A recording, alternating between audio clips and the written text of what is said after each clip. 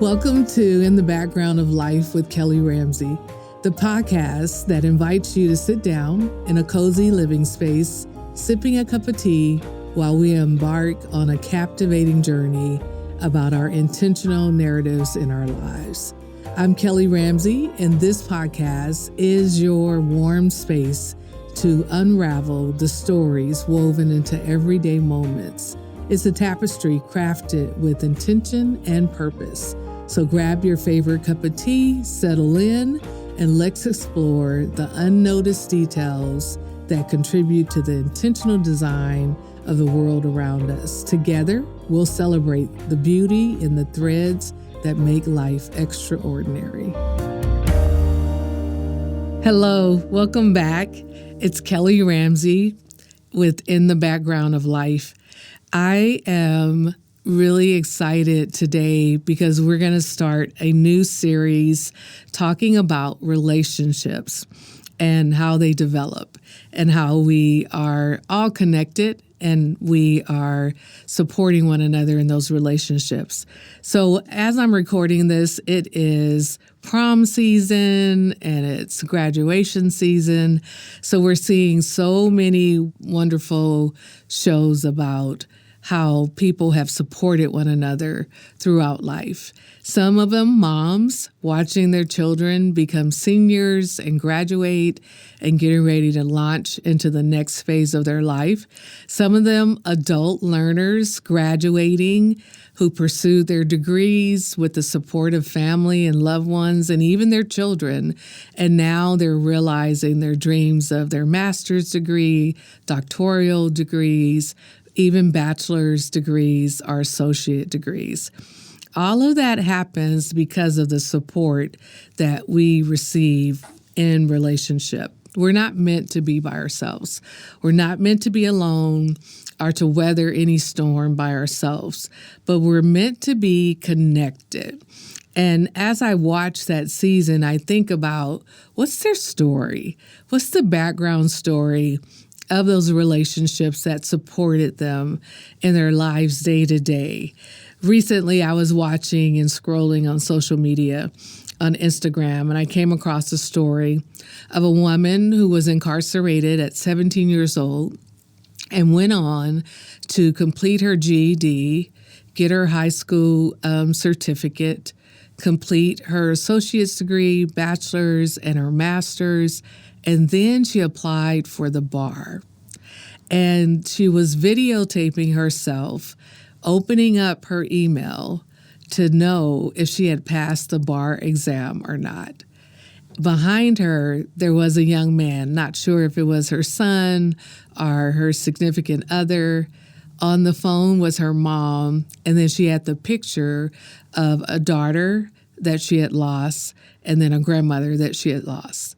And it just brought me to tears to watch her as she waited in anticipation to imagine how long this journey had taken her. And her hope was that she had passed the bar exam. That's not an easy feat. But with all of that support around her, edging her on her own hard work and dedication, she opened up the email and there she read that she had passed the bar exam. What an incredible feat. What an incredible opportunity for her to recreate her life and to be able to start a new, fresh start. But I can't help but imagine her journey all throughout her way, all throughout the tragedies that she faced. She kept persevering. She kept having people in her corner. She kept cultivating those relationships. And that's what sparked the joy in her that day. That day, she was opening up possibilities, but she was also saying thank you. They were telling her, you did it. We're so proud of you. So I think about today, how do we cultivate relationships that spark joy in our lives and that really considers all of who we are and what we have to offer? This brings me to the topic of our identity. I know in my life as a born-again Christian, my identity is hidden in Christ. My identity is because God is, and then He made me, and so I exist. That's not everyone's story, but that's my story. So my identity is about how I see myself, how I'm seen by others, as well as how my identity affects the work that I do day to day in life and the things that I pursue as I go forward. We each have a purpose. We were knitted together in our mother's womb from the beginning of time. And that's where our life with purpose begins. And in the end, our life will also end with purpose. What it was that we needed to do while we were here on the earth to impact and to change and to be there for. What we do in between is up to us. And it's also up to us it's determined by our choices that we make, our decisions, as well as our experiences that we are afforded. Not everyone is given the same opportunity or the same experiences, but everyone is given something, and that something really resides within us. It's not outward, but it's within us. It's the drive and the determination that we have to pursue a goal, like graduating, like opening up a business, like starting from scratch in a brand new town. Those are the decisions we get to make, and we get to decide how we're going to go through them. Those are the times that we get encounters with relationships. I even think about Possibilities Incorporated. At a time in my life in 2012, I had just lost my dad, and I was starting a new job. I was without work and then starting a new job. I joined the Possibilities Inc., PIP is what it was called, and the Possibilities Program. And I thought I was going to go help people in that process because I was experienced. I had relationship building skills, leadership skills. But what I found was I found a community that saw me as me, not for the resources that I had, but they saw me as hurting and grieving, and they came alongside of me, and we built a community of relationship. I'll never forget. I'm so grateful to Possibilities that does this podcast for us, but I'll never forget meeting Byron Jackson and discovering that Byron and my husband actually knew each other. And I just looked at his energy like, who could have that much energy?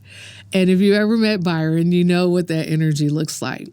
But at the time where I wanted to draw back and be in isolation and really not get along with other people or to engage, Byron kept being there and drawing me out in the most gentlest way.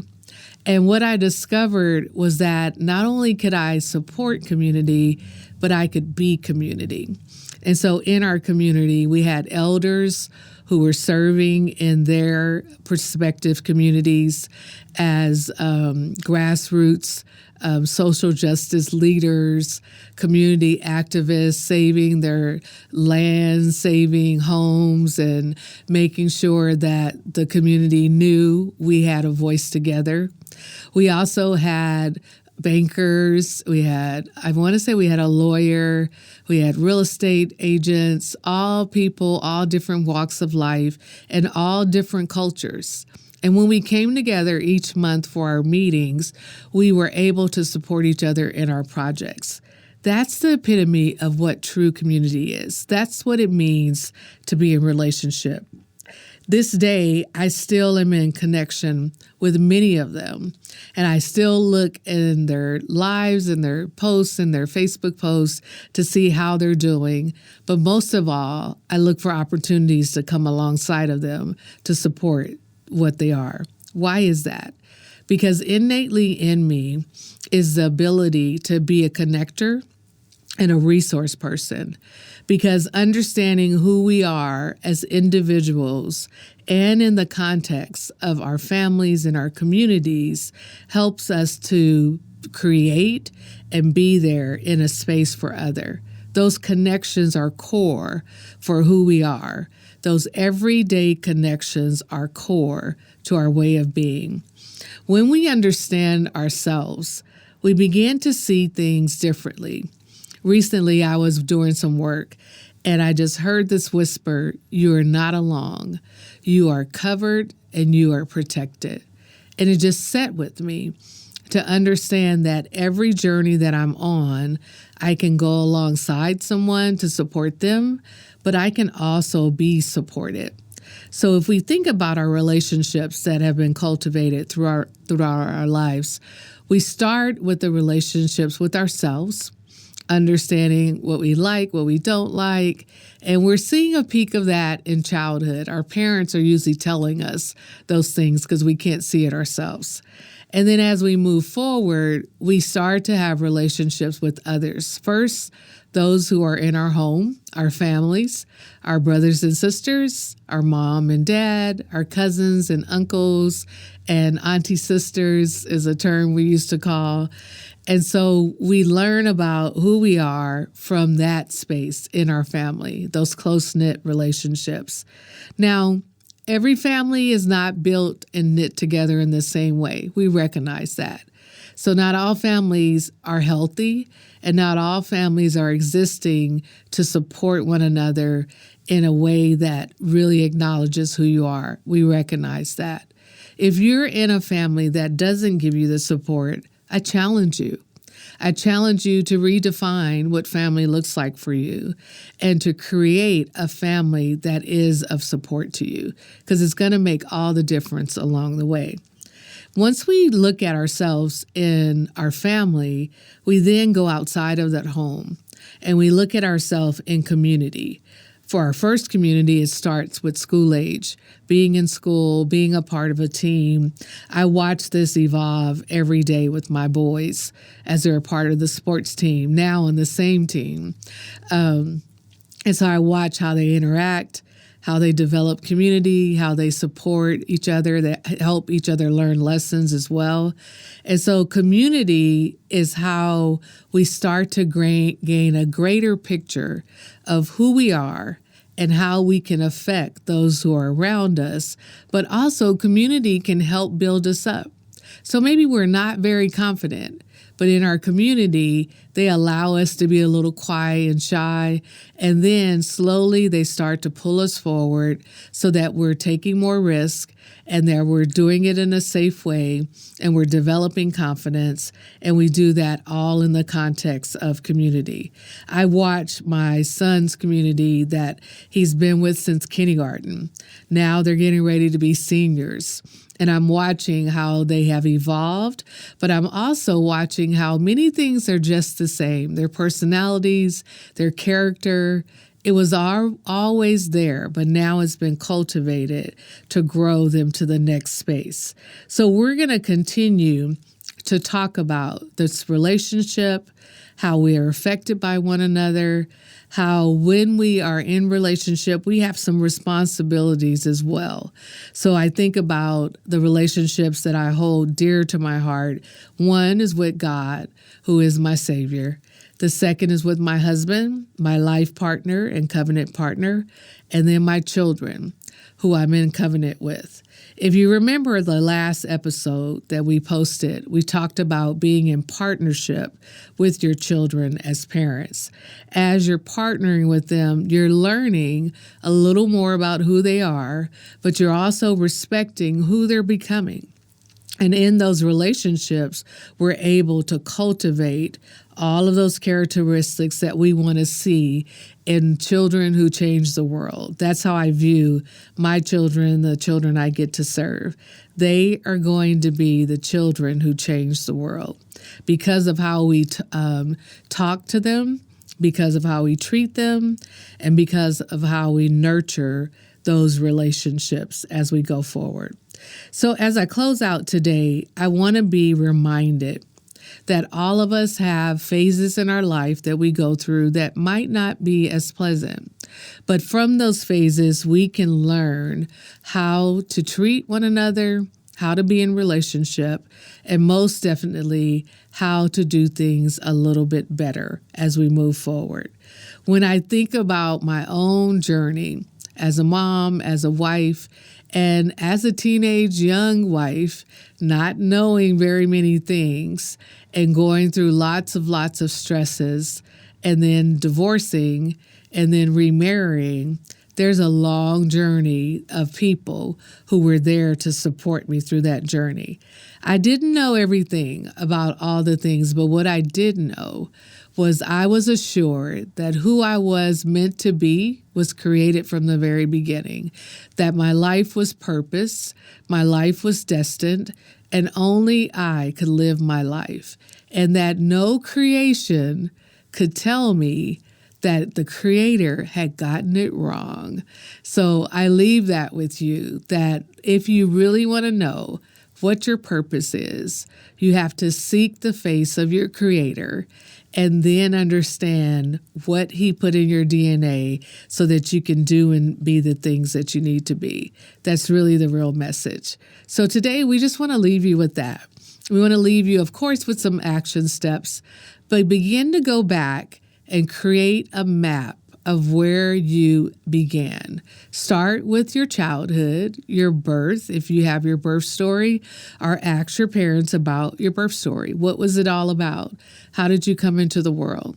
And then begin to piece together from your birth story, moving into childhood, into the preschool years, school age years, teenage years, young adulthood, if you're that far along, and then into adulthood.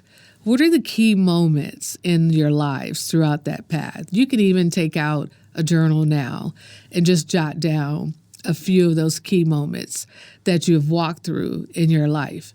And then what did you notice about yourself? What did you notice about your character, your identity, how you show up in the world? Some children they come out superstars. They're like, it's all about me. I'm going to be loud and boisterous. I'm going to make my needs known. Other children are quiet observers, and they just watch and observe. They take the world in. They move at their own pace. And you see that throughout their lives. And so when you think about your own journey, who were you from the very beginning? And who are you now? And if that's changed drastically, what caused those changes in you? And are you comfortable in the skin that you're in? Because sometimes we make changes because of relationships we're in that might not be as healthy, and who we really are was not coming to the forefront. So I want you to examine that. So that's your map. The second thing I want you to do is I want you to make a list of all of your relationships. Who supports you? Who's in your circle? What does it look like? And how are they benefiting you? And then on the other side of that paper, think about how you're benefiting those you're in relationship with. If it's one-sided, where only one is benefiting and not both, those are probably relationships we want to consider and look at doing it a different way. So those are your two things, two action steps. As always, make a map from your beginning of your journey until present day, and then make a list of those you're in relationship with and also those you're serving in relationship. So we're going to be using that list as well as that map in our next episode. So we invite you to tune in, and as always, thank you for joining us. Have a great day.